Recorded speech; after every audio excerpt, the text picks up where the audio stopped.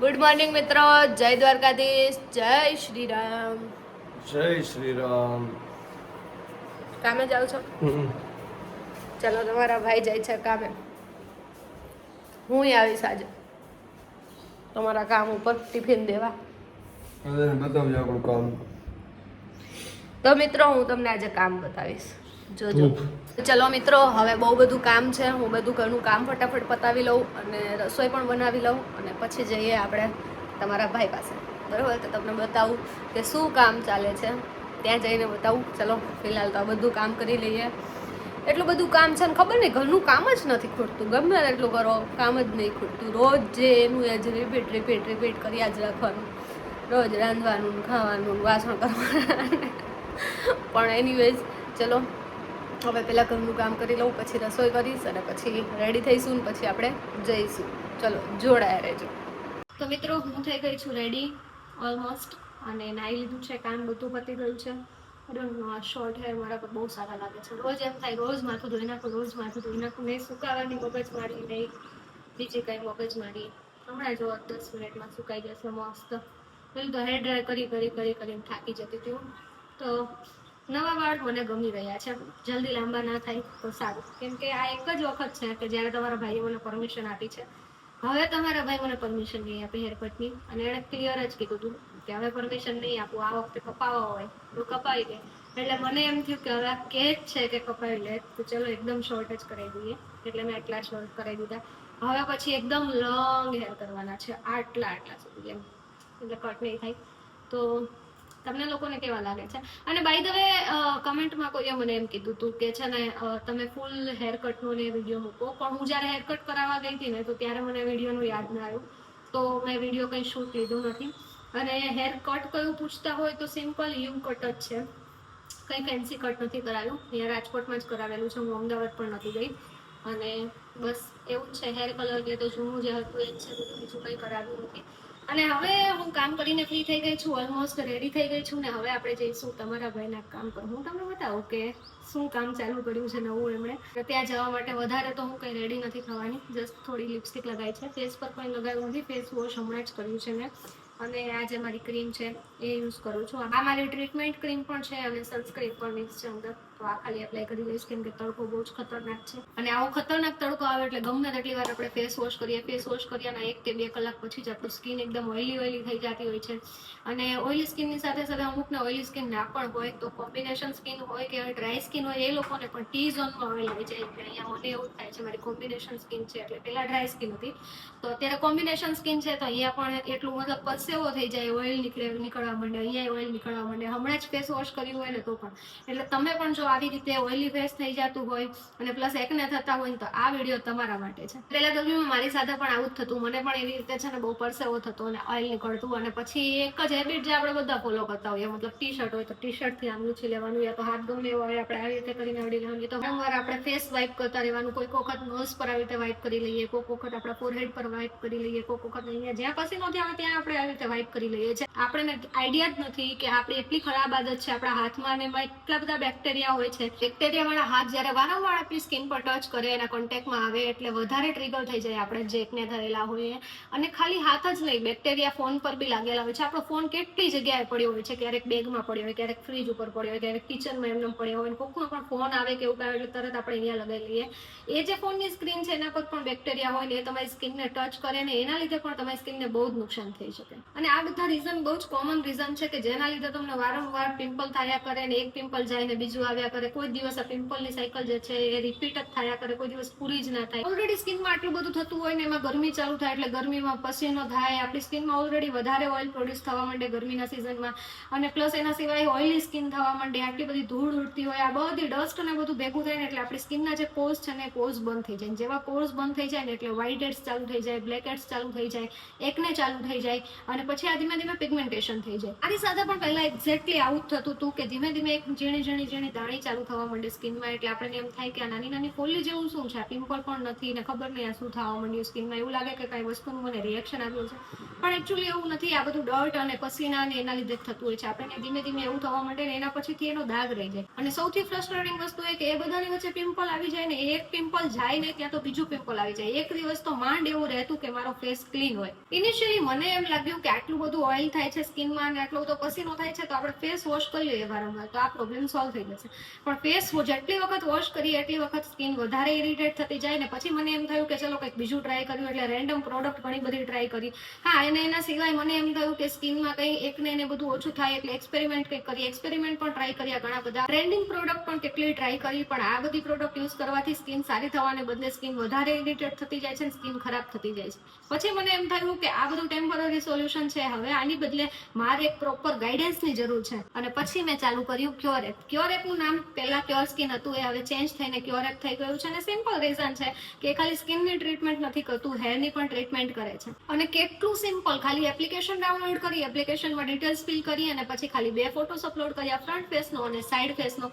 બસ આના પર જ મને ડર્મેટોલોજિસ્ટ અસાઇન કરી અને એમણે મને બતાવી દીધું કે મારા સ્કિનની શું હિસ્ટ્રી છે અને એના ઉપરથી મારે શું યુઝ કરવાની જરૂરત છે. સૌથી સારી વાત જ આ છે એપ્લિકેશનની કે તમારા માટે સ્પેશિયલ ડિઝાઇન કરેલી પ્રોડક્ટ, કોઈ રેન્ડમ પ્રોડક્ટ ઉપાડીને તમને નથી આપી દેતા કે આનાથી તમારી સ્કિન સારી થઈ જશે. પ્રોપર ડોક્ટરની ગાઈડલાઇન્સની અંદર તમારા માટે તમારા સ્કિનના અકોર્ડિંગ એક પર્સનલાઇઝ કિટ તૈયાર કરીને આપે છે. અને આ રૂટીન સ્પેશિયલ મારી સ્કિન માટે બનેલું હતું. મારી પર્સનલાઇઝ ટ્રીટમેન્ટ કિટ રેડી થઈ ગઈ ને આ કિટમાં મને ફેસ વોશ મળ્યું અને એના સિવાય આજે મારી ટ્રીટમેન્ટ ક્રીમ છે એ મળી. એના સિવાય નાઇટ ટાઈમની નાઇટ ક્રીમ અલગ મળી. અને સૌથી શોકિંગ અને સારામાં સારું કામકાજ મને લાગ્યું તો આના ફેસ વોશનું. કેમ કે પહેલા મને એમ લાગતું હતું કે ફેસ ગમે તેનાથી વોશ કરી લો, પણ તમારે તમારી સ્કિનમાં તમે કોઈ ક્રીમ યુઝ કરો છો કે કયું સિરમ યુઝ કરો છો, કોઈ સનસ્ક્રીન યુઝ કરો છો, એના પર ફોકસ કરવું છે. હું એવું જ ફોકસ કરતી. પણ ખરેખર મને એમ થયું આનું ફેસ વોશ યુઝ કર્યા પછી કે જો તમે વ્યવસ્થિત ફેસ વોશ યુઝ કરો ને તો એ તમારા સ્કિનમાં પોઝને જે છે એ ઓપન રાખે છે, એકદમ નીટ એન્ડ ક્લીન કરી દે છે. અને તમને ઓટોમેટિક બીજું કંઈ યુઝ ના કરો ને એમ લાગે કે ખાલી ફેસ વોશથી આટલો બધો ઇફેક્ટ કરે છે. ખરેખર વ્યવસ્થિત ફેસ વોશ હોય ને તો ઇફેક્ટ કરે છે. અને ફેસ વોશ યુઝ કરતા જ મારી સ્કિન એકદમ ક્લીન ફીલ થવા લાગી, એકદમ લાઇટ ફીલ થવા લાગી. એટલે એકને અને બ્રેકઆઉટ બધું કંટ્રોલમાં આવવા લાગ્યું. બીજી એક પ્રોડક્ટ કે જેણે જેન્યુઅનલી બહુ સપોર્ટ કર્યો છે આ વસ્તુમાં ને એ છે ક્યોરેપનું મોઇશ્ચરાઇઝર. પહેલા મને એવું લાગતું હતું કે આટલી ગરમીમાં આપણે ફેસ વોશ કરીએ એટલા માટે થઈ કે ઓઇલ હટી જાય આપણા ફેસમાંથી અને પસીનો હટી જાય અને પછી આપણને એમ થાય કે હવે સ્કિન એકદમ ક્લિયર થઈ ગઈ. હવે મોઇશ્ચરાઇઝર કેવું કંઈ લગાવશી તો વધારે આપણી સ્કિન એકદમ ગ્રે થઈ જશે, યા તો એકદમ ગ્રેસી થઈ જશે કે વધારે આપણને ઓઇલી લાગશે એમ. પણ ખરેખર એવું નથી. ક્યોરેપનું જે આ મોઇશ્ચરાઇઝર છે આ સનસ્ક્રીનની સાથે છે અને કોઈ ગ્રે ફિનિશ નથી આપતું અને કોઈ ગ્રેસી ફિનિશ નથી આપતું. હું અત્યારે જ લગાવું છું, હું તમને લગાવીને બતાવું. એટલે હવે તો રૂટીન થઈ ગયું છે મારું કે હું બીજું કંઈ ફેસ પર લગાવું કે ના લગાવું, આ મોઇશ્ચરાઇઝર પ્લસ સનસ્ક્રીન જે છે એ તો મારે લગાવવું જ પડે. મને એમ લાગે છે કે મારી સ્કિનના બ્રેકઆઉટમાં આ બેરિયર રિપેર માટે બહુ કામ આવ્યું છે. આનાથી જ મારી સ્કિન વધારે હેલ્ધી થવા લાગી છે, વધારે શાઇન થવા લાગી છે. અને આ બે વસ્તુ કરતાં પણ સૌથી બેસ્ટ પાર્ટ અને સૌથી કામની વસ્તુ કે આ બધી જે પ્રોડક્ટ છે, આ બધી જે ટ્રીટમેન્ટ છે એ આપણને મોંઘી લાગતી હોય પણ એકચ્યુઅલી મોંઘી નથી. ખાલી 2200 રૂપિયામાં છે. અને 2200માં એમ ના વિચારતા કે એક આખા મહિનાના 2200 રૂપિયા. 2200 રૂપિયામાં તમને 2 મહિના ચાલશે. એટલે 1100 રૂપિયામાં ખાલી 1 મહિના પડશે, જેમાં તમારે એવી રીતે સ્કિનની ટ્રીટમેન્ટ જે છે મંથલી એ પણ આવી ગઈ. એના સિવાય ડોક્ટર ફ્રીમાં ફોલોઅપ લે છે એ પણ આવી ગયું. અને તમારી સ્કિનનો ટેસ્ટ પણ તમારે ફ્રીમાં લેવાનો છે, એનો કોઈ ચાર્જ નથી. એપ્લિકેશન જસ્ટ ડાઉનલોડ કરીને તમે સ્કિન ટેસ્ટ ફ્રી લઈ શકો છો. અને એના સિવાય ડિલિવરી ચાર્જ પણ કંઈ જ નથી, બધું આમાં જ આવી ગયું. અને આ જે છે 2200 એ ખાલી પ્રોડક્ટનો ચાર્જ છે. તમારે ખાલી પ્રોડક્ટનો ચાર્જ દેવાનો છે મહિનાનો 1100 રૂપિયા, એટલે 2 મહિનાનો 2200 રૂપિયા. કેમ કે આની ક્વોન્ટિટી એટલી આવે છે ને કે આરામથી તમારે 2 મહિના ચાલી જાય. 2 મહિનામાં તો તમને રિઝલ્ટ મળી જ જશે. 98% જે યુઝર્સ છે ક્યોરેપના એ બધાનું કેવું એમ છે કે એમને ખાલી 2 થી 3 અઠવાડિયાની અંદર જ રિઝલ્ટ જોવા મળી ગયું હતું. એટલે આ 2200 રૂપિયામાં તમે એક કિટ પૂરી કરો ને ત્યાં તો તમને રિઝલ્ટ જોવા મળી જાય. આ સૌથી બેસ્ટ સોલ્યુશન છે. કેમ કે પહેલી વસ્તુ કે અફોર્ડેબલ છે, બીજી વસ્તુ કે તમારે ક્યાંય જવાનું નથી, ત્રીજી વસ્તુ કે ડોક્ટરની ગાઈડલાઇન્સની અંડરમાં છે.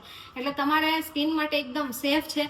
અને એપ્લિકેશનની લિંક હું તમને ડિસ્ક્રિપ્શનમાં આપી દઉં છું, સાથે કમેન્ટ બોક્સમાં પણ પિન કરી દઉં છું. અને મારો કોડ પણ એક નાનો એવો આપી દઉં છું જેથી કરીને તમને થોડું ઘણું ડિસ્કાઉન્ટ મળી જશે મિત્રો. તો ફટાફટ જાઓ, એપ્લિકેશન ડાઉનલોડ કરો. એટલીસ્ટ તમારી સ્કિનનો ટેસ્ટ લો તો તમને આઈડિયા આવે કે તમારી સ્કિનમાં શું વાંધો છે. અને આના કરતાં બહુ સારી બેટર થઈ શકે છે તમારી સ્કિન.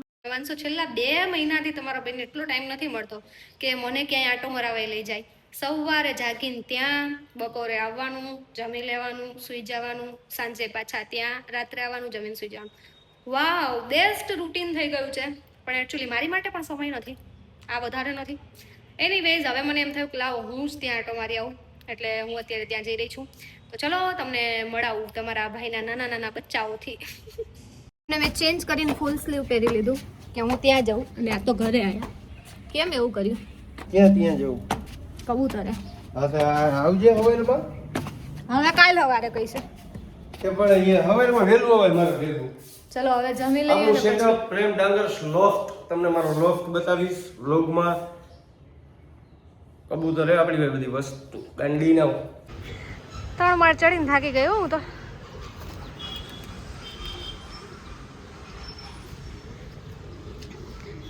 જો આવું કર્યું છે. આ શું છે? બીજો રૂમ શેનો? કબૂતર એમાં તો આટલું ઓછું હતું. નાનું પડે. શું નાનું પડે? આ હજી પાછું બને છે. બની ગયું હવે તો ખાલી કબૂતર જ દેખો ને અંદર. હવે નથી મૂકવાનો હો, આટલા ઘણાય હમ હાલ્યો. પાણી નથી હો, લીંબુ શરબત. આવા તડકાનું જતો મને છે ને આની સ્મેલથી બહુ તકલીફ.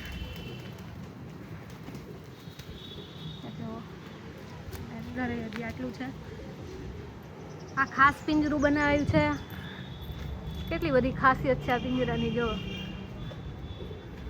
કેમ બંધ થઈ જા બંધ કરે પિંજરું. આવી રીતે આમ દોરી ખેંચે ને એટલે આ પિંજરું બંધ થઈ જાય.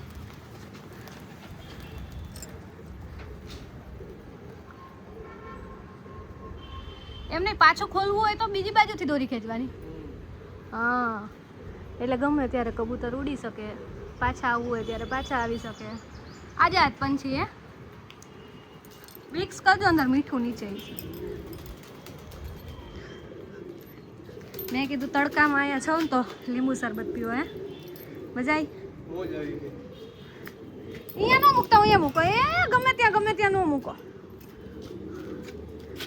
હા ના, ગંદી સ્મેલ આવે છે. કાના તમે કેમ રહ્યો છો અહીંયા? આવ્યું સ્મેલ આવે જ છે. સુગંધ કહેવાય. હો સુગંધ. ના હું નહીં જાઉં, તમે જાવ. આલ્યો હું આલ્યો આમ જો. જોવો ડૈરો.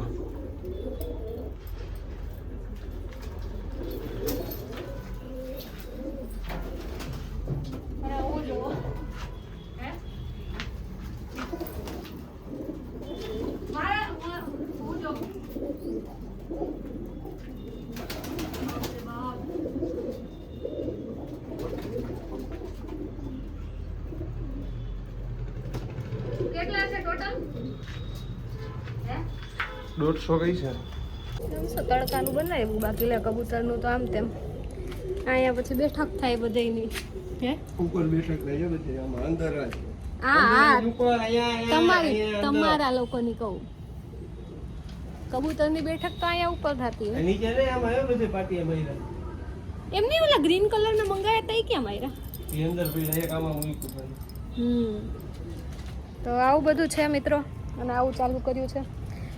શોખ જાગે એટલે તો પછી શું હોય બીજું તમારા ભાઈને. એટલે આવા બધા શોખ થયા એને. ગજબ છે હે, એ તો બ્લેક એન્ડ વ્હાઈટ. વાહ, આવું બનાવ્યું છે આમ ને, અને બેસવાનું.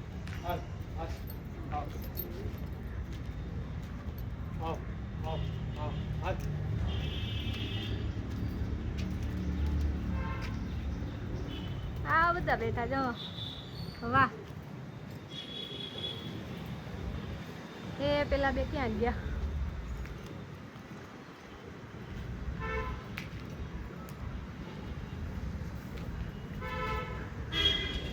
તો આ એણે પર્સનલ પોતાનું મેન્શન બનાવ્યું છે. વાહ વાહ વાહ. અને એને પાણી પીવાનું ને એવું બધું. સવારમાં વહેલા તો બધા અહીંયા હોય નહીં, એકદમ બહાર બધા.